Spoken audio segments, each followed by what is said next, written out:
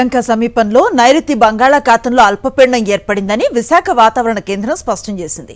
ఇది రానున్న 48 గంటల్లో మరింత బలపడే అవకాశం ఉందని అంచనా వేస్తోంది. ఈ అల్పపీడనానికి అనుబంధంగా 5.8 కిలోమీటర్ల ఎత్తులో మరో ఉపరితల ఆవర్తనం కొనసాగుతోందని సూచించింది. తాజా వాతావరణ పరిస్థితుల వలన గరిష్ట ఉష్ణోగ్రతల్లో పెద్దగా మార్పు ఉండదని అధికారులు భావిస్తున్నారు. ఏపీలో అక్కడక్కడ వారం రోజుల పాటు తేలికపాటి వానలు ఉంటాయంటున్న విశాఖ వాతావరణ కేంద్రం అధికారి జగన్నాథ్ కుమార్తో మా ప్రతినిధి అనిల్ ఫేస్ టు ఫేస్. ఏపీలో రానున్న వారం రోజుల పాటు తేలికపాటి వానలుంటాయని ఐఎండీ అంచనా వేస్తోంది. ఇప్పటికే బంగాళాఖాతంలో ఉపరితల ఆవర్తనం కూడా కొనసాగుతుంది. రానున్నటువంటి వారం రోజుల పాటు వాతావరణ పరిస్థితులు, ఉపరితల ఆవర్తన ప్రభావం ఏ విధంగా ఉండబోతుందో తెలుసుకుందాం. మనతో పాటు విశాఖ వాతావరణ కేంద్రం ముఖ్యాధికారి జగన్నాథ్ కుమార్ అందుబాటులో ఉన్నారు. మాట్లాడదాం. గల్ఫ్ ఆఫ్ మన్నార్, దాని పరిసర ప్రాంతమైన శ్రీలంక పరిసర ప్రాంతాలలో నిన్నటి ఉపరితల ఆవర్తనం ఈరోజు ఉదయానికి నైరుతి బంగాళాఖాతం, దానికి ఆనుకుని ఉన్న శ్రీలంకలో అల్పపీడనంగా పరిణామం చెందింది. ఇది ప్రస్తుతానికి నైరుతి బంగాళాఖాతం, దానికి ఆనుకుని ఉన్న ఉత్తర శ్రీలంక పరిసర ప్రాంతాల్లో అల్పపీడనంగా కొనసాగుతుంది. దీనికి అనుబంధంగా ఉపరితల ఆవర్తనం 5.8 కిలోమీటర్ల ఎత్తు వరకు విస్తరించి ఉంది. ఈ అల్పపీడన వ్యవస్థ రాబోయే 48 గంటల్లో మరింత ప్రస్ఫుటంగా మారే అవకాశం కనిపిస్తుంది. అయితే ప్రస్తుతం ఉన్న పరిస్థితుల ప్రకారం రాష్ట్రంలో సంవహన వర్షపాతాలు కొనసాగే అవకాశం ఉంది. ముఖ్యంగా కోస్తా జిల్లాల్లో ఈ రోజు నుంచి రాబోయే 7 రోజులు కూడా చెదురుముదురుగా వర్షాలు పడే అవకాశం ఉంది.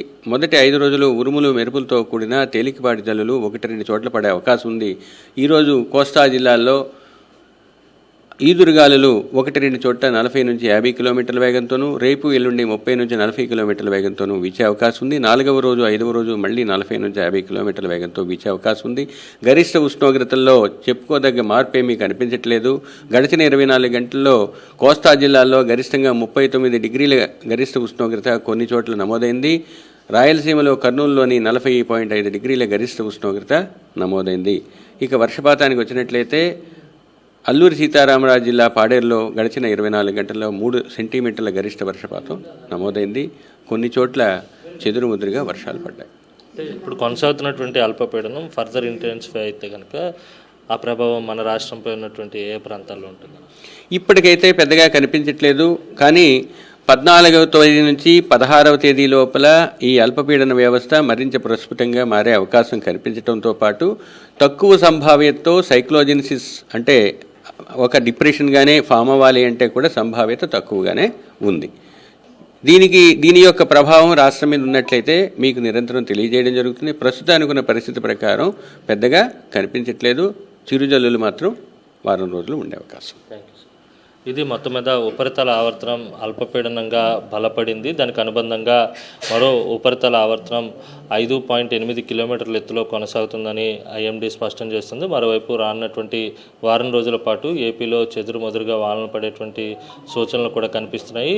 గరిష్ట ఉష్ణోగ్రతల్లో పెద్దగా మార్పు లేనప్పటికీ కూడా గాలుల తీవ్రత కొనసాగేటువంటి సూచనలు కూడా ఉన్నాయని విశాఖ వాతావరణ కేంద్రం స్పష్టం చేస్తుంది. వీడియో జర్నలిస్ట్ అప్పలరాజుతో కలిసి అనిల్, సాక్షి టీవీ, విశాఖ నుంచి.